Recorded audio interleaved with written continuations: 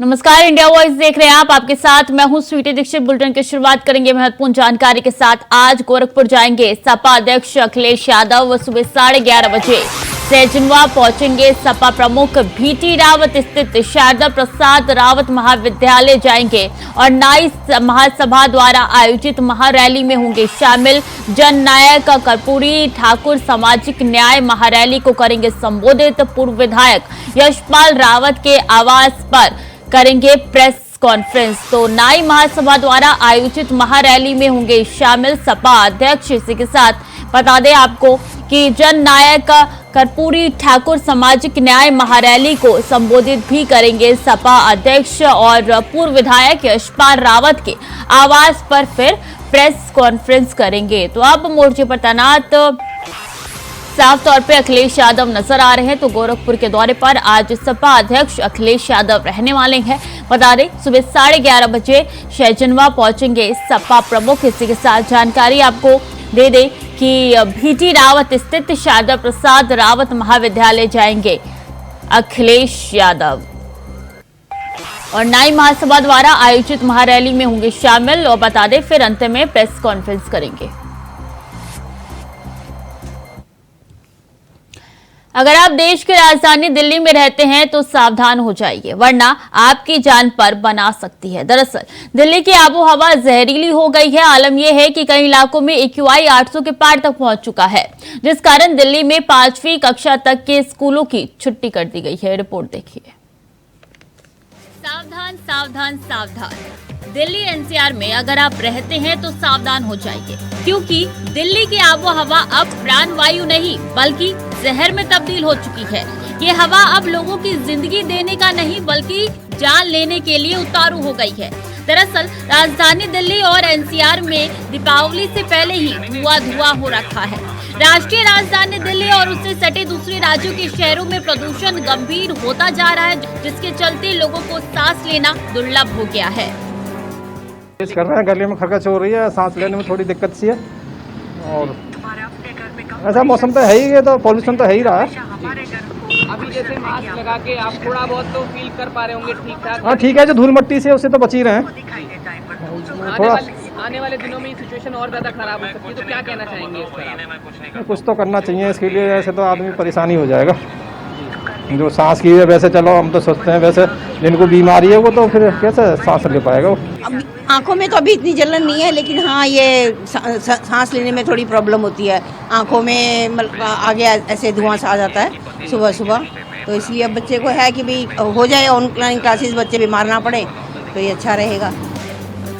हालात ये है कि नोएडा, ग्रेटर नोएडा, गाजियाबाद, फरीदाबाद और गुरुग्राम से लेकर पूरे दिल्ली NCR में हर तरफ स्मोक ही स्मोक नजर आ रहा है। वायु प्रदूषण का आलम ये हो चुका है कि हेल्थ एक्सपर्ट लोगों को सुबह टहलने से भी मना कर रही है। Try to avoid going to the roads in the early morning and the late evening, because that time pollution level is very high. Even if you have to go to to a park or for some exercise, don't be aggressive. Don't don't induce high respiratory rate, because that will impact the pollution level more severely than a normal patient. And at the most you can wear 9 and 95 masks. See, it's all responsibility to prevent the pollution by not having prali and so on. So means at least we can take some of the measures so that we don't contribute as a person to this pollution. हम साल के उस वक्त पे आ गए हैं जहाँ पे पॉल्यूशन फिर से बढ़ने लगा है। पॉल्यूशन का लेवल बहुत ही ज्यादा खराब हो चुका है। ऑलरेडी हम देख रहे हैं कि हमारे पास सांस की दिक्कत के मरीज ज्यादा आने लगे हैं। ज्यादा लोगों को खांसी, नजला, जुकाम, आंखों में पानी आना, आंखों में खुजली होना के सिम्टम्स, इसके साथ सांस में दिक्कत काफी बढ़ गई है। ये सिर्फ जिनको सांस की पहले से बीमारियां उनमें नहीं, बाकी नॉर्मल जनता में देखा जा रहा है और हर एज के लोग इससे प्रभावित हैं। बच्चे और बड़ी एज के लोग ज्यादा इससे इफेक्ट होते हैं। तो इस टाइम अब टाइम आ गया है कि हम मास्क का रेगुलर यूज करें, जरूरत पड़ने पे ही बाहर निकलें और सुबह के वक्त जब फॉग ज्यादा है तो उस टाइम पे हम घर से बाहर ना निकलें। ये कुछ वक्त क्रूशियल होने वाला है हमें अपनी सेहत का ध्यान रखना चाहिए, डाइट अच्छी रखनी चाहिए, जिससे हम अपने आप को सेफ रख सकें। दिल्ली में जहरीली आबोहवा के कारण कई इलाके में AQI 800 के पार पहुंच गया है। दिल्ली में 3 साल बाद अक्टूबर में हवा की क्वालिटी सबसे खराब दर्ज की गई है। सफार इंडिया की रिपोर्ट के मुताबिक अक्टूबर के आखिरी दिन राजधानी का एयर क्वालिटी इंडेक्स यानी कि AQI 327 दर्ज किया गया है। सेंट्रल पॉल्यूशन कंट्रोल बोर्ड के डेटा के मुताबिक अक्टूबर 2020 में दिल्ली का औसतन AQI 257 दर्ज किया गया था। इसके अलावा अक्टूबर 2021 में AQI 173 और अक्टूबर 2022 में 210 AQI दर्ज किया गया था। वहीं राजधानी में बढ़ते एयर पॉल्यूशन को कंट्रोल करने के लिए ग्रेडेड एक्शन रिस्पांस सिस्टम यानी कि ग्रैप का तीसरा चरण लागू कर दिया गया है। इसके तहत सभी गैर जरूरी निर्माण और तोड़फोड़ के कामों पर रोक लगा दी गई है। BS3 पेट्रोल और BS6 डीजल वाहनों की दिल्ली में एंट्री बैन कर दी गई है। वहीं अब नगर पालिका की तरफ से पानी का छिड़काव भी किया जा रहा है, जिससे पॉल्यूशन को कंट्रोल किया जा सके। बहरहाल दिल्ली के हालात खराब होने के बाद सरकार एक्शन मोड में आ गई है और जरूरी कदम शासन प्रशासन की तरफ से उठाए जा रहे हैं। लेकिन अब देखने वाली बात ये होगी कि क्या इससे एयर पॉल्यूशन पर कोई असर पड़ता है या नहीं। Bureau report, India voice.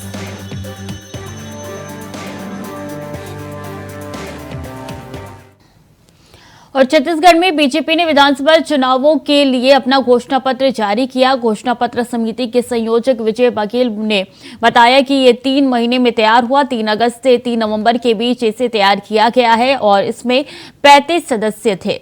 वहीं गृह मंत्री अमित शाह ने कहा है कि जब छत्तीसगढ़ में बीजेपी की सरकार थी तो हमने छत्तीसगढ़ से नक्सलवाद को समाप्त कर दिया था। उन्होंने आरोप लगाया कि छत्तीसगढ़ की सरकार जातिवाद और तुष्टीकरण में लिप्त है। छत्तीसगढ़ के विकास में भूपेश बघेल सबसे बड़ी बाधा है। उन्होंने कहा, मैं यहां कई ओबीसी नेताओं से मिला। उन्होंने मुझे बताया कि छत्तीसगढ़ में सरकार बदलने जा रही है। हमारी सरकार ने छत्तीसगढ़ में तेजी से विकास किया था। हमें सुनिश्चित करेंगे कि पब्लिक सर्विस कमीशन की परीक्षा में पारदर्शिता होगी और इसको इस तर्ज पर करेंगे कि 5 साल में एक भी भर्ती घोटाला किसी के सामने नहीं आएगा। इसके साथ साथ भर्ती घोटाले में जो घपले करे हैं वो निश्चिंतता के साथ न सोए। आज से आप माला करना शुरू कर दो।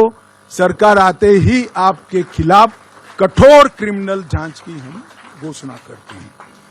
छत्तीसगढ़ की उद्यम क्रांति के लिए डिटेल बाद में दिया जाएगा, परंतु जो युवा एक सीमा मर्यादा में नया उद्योग डालेंगे, इसको 50% सब्सिडी के साथ ब्याजमुक्त कार्यशील मूडी का हम भुगतान करेंगे।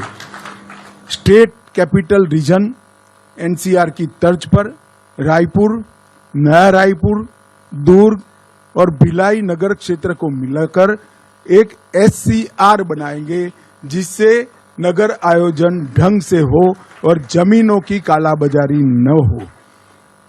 सेंट्रल भारत का इनोवेशन हब बनाने के लिए हम रायपुर में एक बहुत बड़ा इनोवेशन का केंद्र बनाएंगे, जिससे कम राज्य के अंदर 6 लाख से ज्यादा रोजगार उत्पन्न होंगे। रानी दुर्गावती योजना BPL वर्ग की बालिकाओं के जन्म पर 1,50,000 रुपया उनको वयस्क होने पर मिले, इस प्रकार की हम रानी दुर्गावती योजना लेकर आएंगे। और माताओं बहनों को मोदी जी ने गैस का कनेक्शन दिया है। छत्तीसगढ़ सरकार 500 रुपये में गैस का सिलेंडर देने की भी घोषणा करती है। और इसके साथ साथ हम कॉलेज आने जाने के लिए डायरेक्ट बेनिफिट ट्रांसफर के माध्यम से मासिक ट्रैवल अलाउंस भी देंगे। घोषणा पत्र करने के बाद जारी गृह मंत्री अमित शाह ने निशाना साधा है, जिसके जवाब में कांग्रेस अध्यक्ष मल्लिकार्जुन खड़गे ने क्या कुछ कहा, आइए आपको सुनाते हैं। प्रकृति है ऐसे, और ये तो मानना ही पड़ेगा, झूठा प्रचार करने में पूरे भारत में उनका कोई सानी नहीं है। गलत सीडी बनाना, फर्जी सीडी बनाना, फर्जी पेन ड्राइव बनाना, फर्जी अखबार में समाचार प्लांट करना, इसमें इनको सिद्धता है। एक वातावरण बनाकर उन्होंने 5 साल के लिए सत्ता ली। नहीं, मैं तो अब 3-4 मीटिंग तो की है, तो माहौल ऐसा है कि जनता खुद उठी है और कांग्रेस को जिताना चाहती है और कांग्रेस के लिए वोट भी देना चाहती है, और क्योंकि कांग्रेस ने जो वायदा किया है वो निभाया है, इसलिए सबके दिल में कांग्रेस बैठी है, इसीलिए जीतना यहाँ पर निश्चित है। और अखिलेश यादव ने इंडिया गठबंधन में पड़ी रार का जिम्मेदार कांग्रेस को ठहराया। उन्होंने कहा है कि जब लोकसभा चुनाव आएगा तो गठबंधन के बारे में सोचा जाएगा। लगा रही है तो सेंध लगा रही है, और मध्य प्रदेश के लोगों ने बड़े करीब से देखा है कि अलायंस को धोखा देने का काम किसी ने किया था तो कांग्रेस ने किया। बात इसलिए मत करो, लोकसभा चुनाव जब आएगा तो गठबंधन की बात होगी।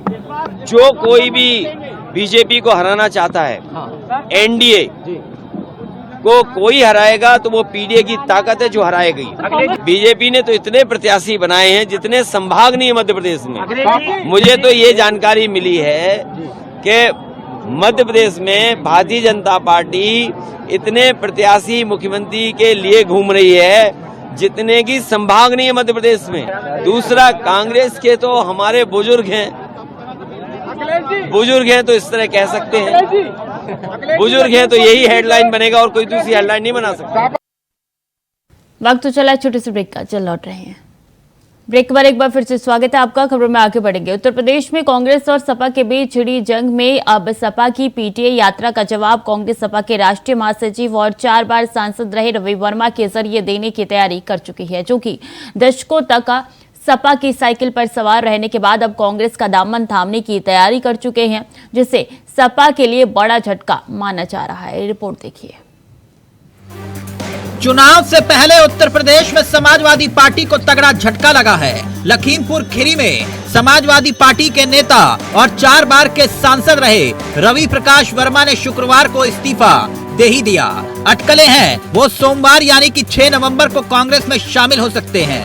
समाजवादी पार्टी के राष्ट्रीय अध्यक्ष अखिलेश यादव को पत्र भेजकर उन्होंने बकायदा अपने दिल का इजहार कुछ यूं किया। रवि प्रकाश वर्मा ने लिखा कि आपको अवगत कराना है कि जनपद खीरी में पार्टी की आंतरिक परिस्थितियों के कारण मैं कार्य करने में असमर्थ हूं, इसलिए समाजवादी पार्टी की प्राथमिक सदस्यता से त्याग पत्र दे रहा हूं। वैसे तो खबरें ये भी हैं कि वो कांग्रेस में शामिल होने के लिए तैयार हैं।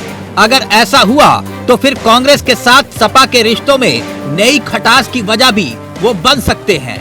वैसे तो इससे पहले भी कांग्रेस और सपा के बीच सियासी रिश्तों में तनाव बना हुआ है, मगर क्या रवि प्रकाश वर्मा का कांग्रेस के घर में प्रवेश करना अखिलेश सहन कर पाएंगे?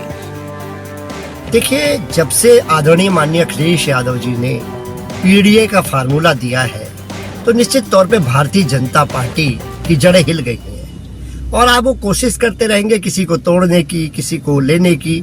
निश्चित तौर पे इससे कोई फर्क नहीं पड़ने वाला, क्योंकि पीडीए जो अब आंदोलन है वो उत्तर प्रदेश का आंदोलन नहीं है, देश का आंदोलन हो गया है। आज पीडीए के समर्थन में हम ही नहीं आए, बल्कि हम कहना चाहते हैं भारतीय जनता पार्टी के जो सहयोगी लोग हैं वो भी क्या बोलने का काम कर रहे हैं, वो भी पीडीए की बात बोलने का काम कर रहे हैं। निश्चित तौर पे पीडीए अब एक आंदोलन व्यापक बन चुका है। जो लोग भी भागने का काम कर रहे हैं वो पार्टी से नहीं भाग रहे हैं, माननीय अखिलेश यादव जी से नहीं भाग रहे हैं, वो लोग पीडीए को कमजोर करने की कोशिश हो रही है। और निश्चित तौर पे पीडीए कमजोर होने वाला है नहीं, क्योंकि पीडीए ही एनडीए को हराने जा रहा है और इसकी शुरुआत हमने घोषी से देखी है। निश्चित तौर पे लामबंद हो गया है सामाजिक न्याय की लड़ाई के लिए, जाति जनगणना की मांग के लिए पीडीए पूरी तरह से लामबंद है माननीय अखिलेश यादव जी के नेतृत्व में। और माननीय अखिलेश यादव जी और समाजवादी पार्टी वहां पर आप देखिए पूरा सड़क से ले।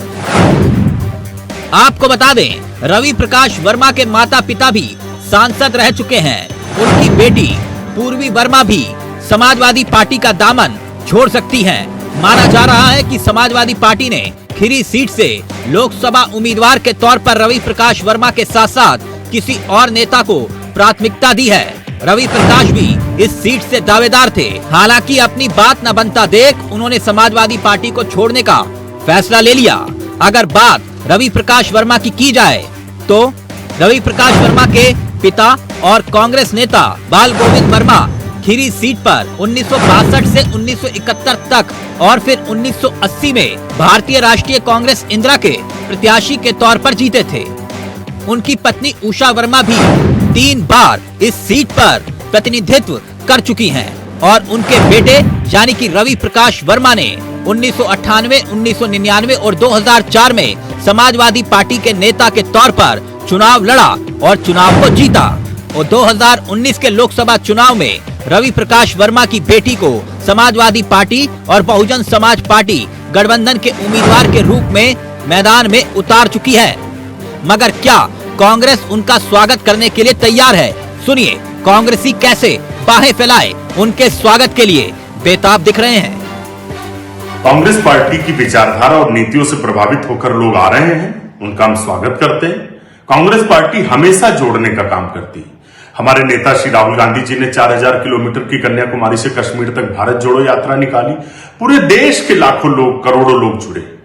दूसरा, जो जितने इस देश के शोषित, वंचित, पीड़ित, किसान, गरीब आदमी है, उसको ये बात समझ में आ गई है कि अगर उनके लिए कोई काम पहले किया है और आगे कर सकता है तो वो कांग्रेस पार्टी है। हमारे नेता श्री मल्लिकार्जुन खड़गे जी हैं, आदरणीय राहुल गांधी जी, श्रीमती प्रियंका गांधी जी हैं।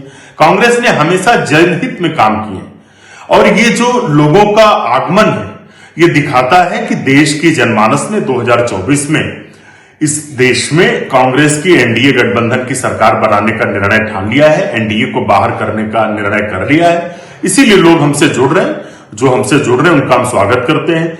पिछड़े वर्ग के लोग जिनको ये बात बखूबी समझ में आ रही है कि अगर कोई उनके साथ खड़ा उनके लिए काम करता है तो वो कांग्रेस पार्टी है, दूसरा कोई राजनीतिक दल नहीं है। वो भले ही पिछड़े वर्ग के नाम पर राजनीति करते हो लेकिन कभी भी काम नहीं किया है। जाति जनगणना आज हम कांग्रेस पार्टी करा रही है, बिहार में हुई, उसका हमने स्वागत किया है। हम चाहते हैं कि जिसकी जितनी हिस्सेदारी है उनको भागीदारी भी मिले, लेकिन दूसरे दलों ने सिर्फ और सिर्फ वोट के रूप में इस्तेमाल किया, कभी उनको प्रतिनिधित्व नहीं दिया। कांग्रेस पार्टी उसको लेकर प्रतिबद्ध है। आज इसीलिए लोग आ रहे हैं। 2024 में भारतीय जनता पार्टी का सत्ता से बाहर जाना और कांग्रेस इंडिया गठबंधन का केंद्र में सरकार बनाना तय है। खैर, सियासत में एक दल से दूसरे दल आना जाना लगा रहता है, मगर सवाल टाइमिंग का है। टाइमिंग 2024 के चुनाव की नहीं, बल्कि सपा और कांग्रेस के बीच गठबंधन की उस गांठ से जुड़ी है जिसकी गांठें अब ढीली पड़ती हुई दिखाई दे रही हैं। ऐसे में रवि प्रकाश का कांग्रेस में जाना नया सियासी फसाना बन सकता है और अखिलेश की नाराजगी की वजह भी।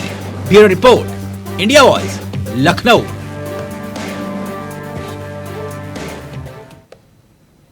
तो फिलहाल के लिए बुलेटिन में इतना ही। खबरें लगातार जारी है, देखते रहिए इंडिया वॉइस।